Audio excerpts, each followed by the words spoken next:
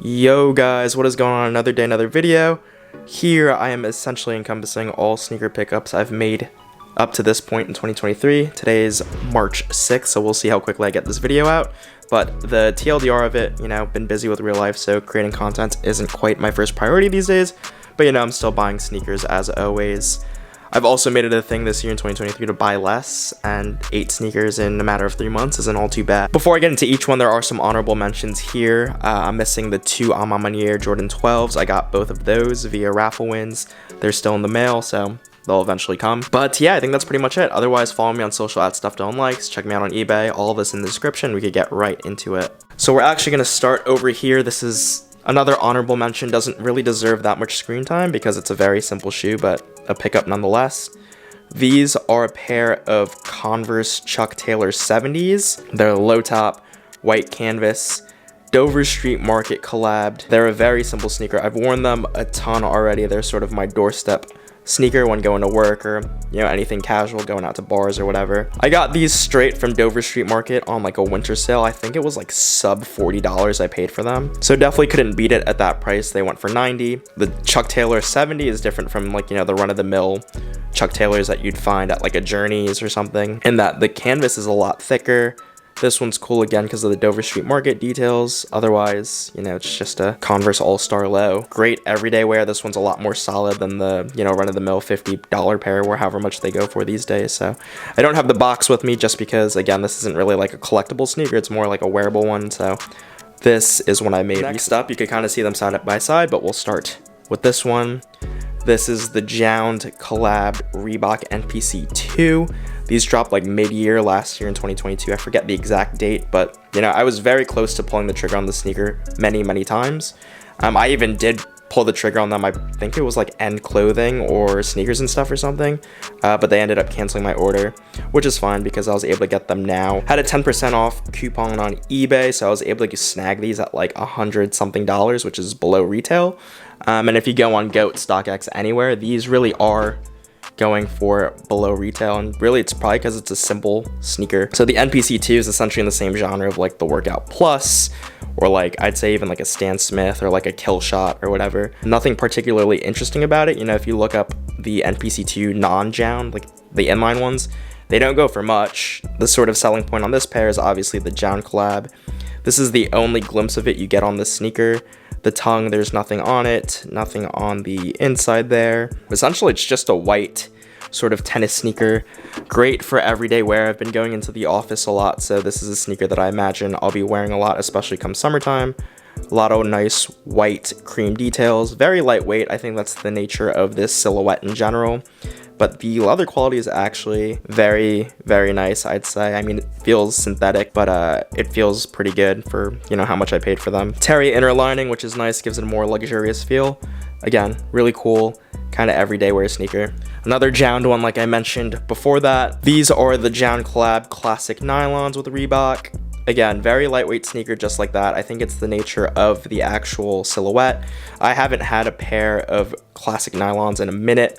But this one definitely worth having, again, because of the JJJJound nameplate on these. I went on a little rampage because I missed on the New Balance 991s and really all the recent JJJJound stuff. So I'm happy to find these at a pretty decent price. I got these from Flight Club, which is essentially GOAT.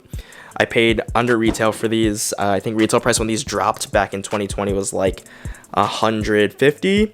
I paid below that with tax and shipping and everything, so can't complain. Again, a really clean wear, especially with the springtime coming up. Nice hits of suede, nylon, all that good stuff. Very simple sneaker. Again, if you look up the inline classic nylons, they don't go for too much. So in a way, I overpaid just because of this JJJJound nameplate, but hey, can't complain. These next two are more grail type sneakers. We could start with this one, the Blue Box Nike SB Dunk.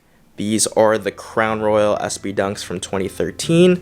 Not a sneaker I was actively looking for, but if I ever came across it, it was one of those sneakers. But it was one of those sneakers that I told myself if I ever came across it at a good price and in good condition, I'd pull the trigger, and that happened to be the case. So I saw these on an Instagram story from Limited Supply, a local buy-sell trade shop down here in New Jersey. I bought from them multiple times. Unlaced because I cleaned them up a little bit. They've been worn maybe like once or twice. but otherwise pretty perfect condition, no yellowing or anything. I wouldn't quite say this is like a grail to Nike SB collectors, but for myself, this is certainly a grail.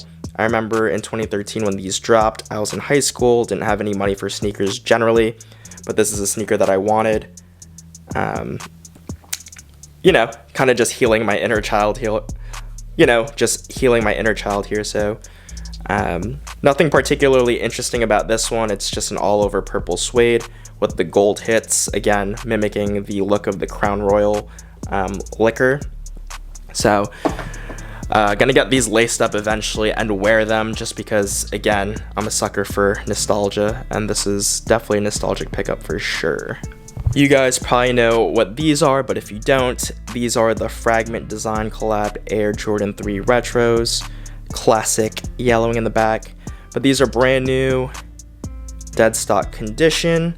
You could see by this little tag here, I got these from eBay, and I typically don't do eBay auctions when buying, just because I know like adrenaline and sort of impulse really drive the purchase and bidding, but you know, that was certainly the case here. So the backstory on me wanting these is I initially whiffed when they released back in 2020, and again, it was on my mental list of sneakers to go back and purchase. And although it's a very simple sneaker, resale prices are pretty high on these. I think, you know, going rate on these is like 400 plus, which I did not pay. Again, shout out that eBay auction because I was able to get them at a pretty decent price. As you know, yellowing is a big problem with these Jordan 3s, or this specific Jordan 3, but I actually kind of like the way it looks. It's like that milky yellow. It's a factory error. All pairs are essentially like this. There's not one that I've seen that's remained clear or translucent, but I've come across the sneaker at good prices many times from resale shops locally, but I think people really do like these. Again, very simple Jordan 3. I think the leather quality is pretty sweet on these.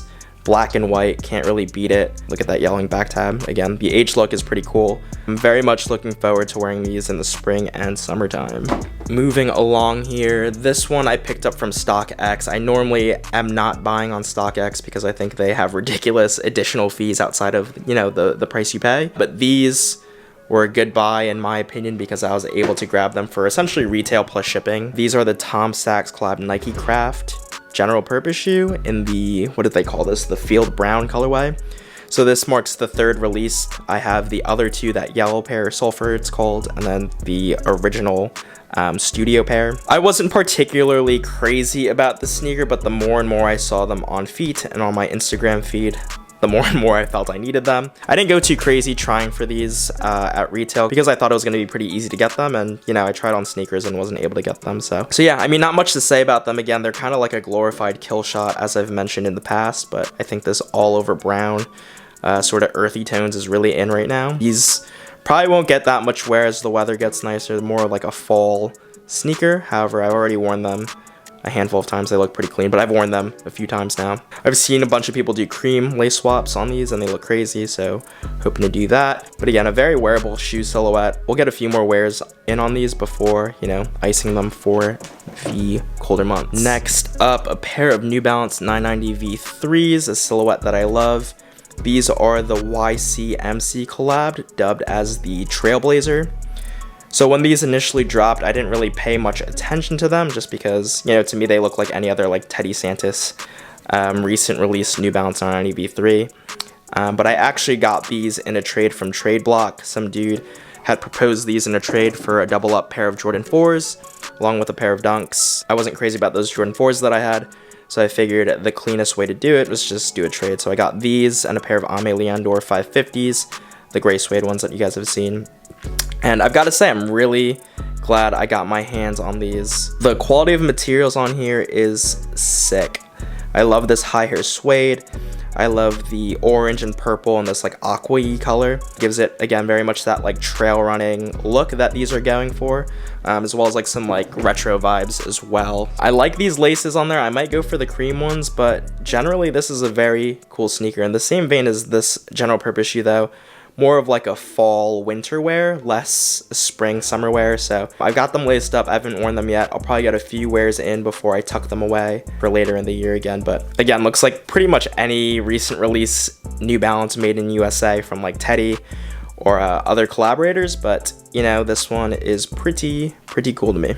Speaking of Teddy Santis, here is a pair of New Balance 990 V2s, you know, that original 16 pack that Teddy Santis did, as you know, sort of his first action as creative director over there. I'm gonna butcher the pronunciation, the colorway of these, but essentially they're done up in a red and navy blue. And there's that initial set of 16.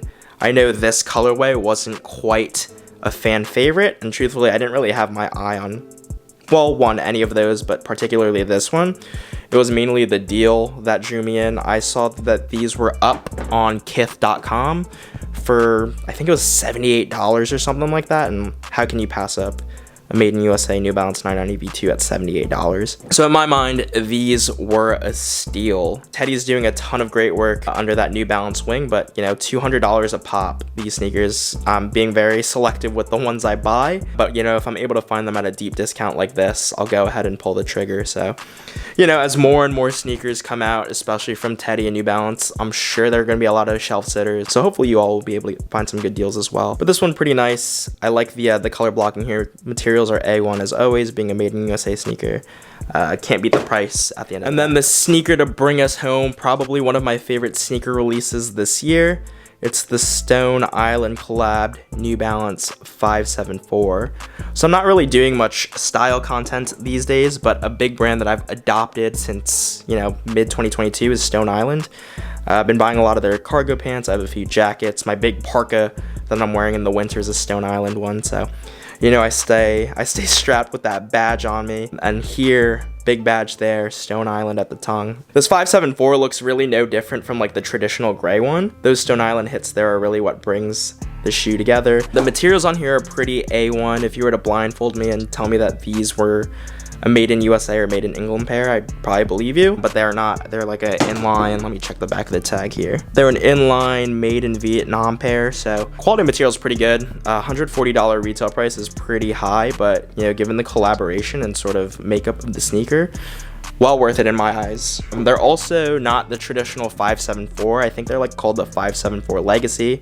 I think they have a retooled sole. It feels a lot thicker, a lot more durable than, you know, the run-of-the-mill inline 574s. Get some cool hits of ripstop there, but pretty much it's an all-over suede sneaker. Get the reflective materials as well, so super dope collaboration. I know that they have like a soccer kit and cleats that dropped as part of this sort of collaboration. But yeah, looking forward to getting a lot of wears in on these as well.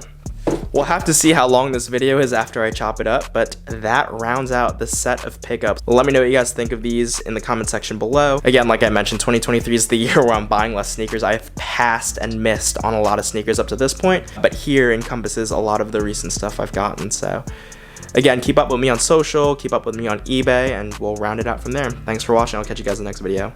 Peace.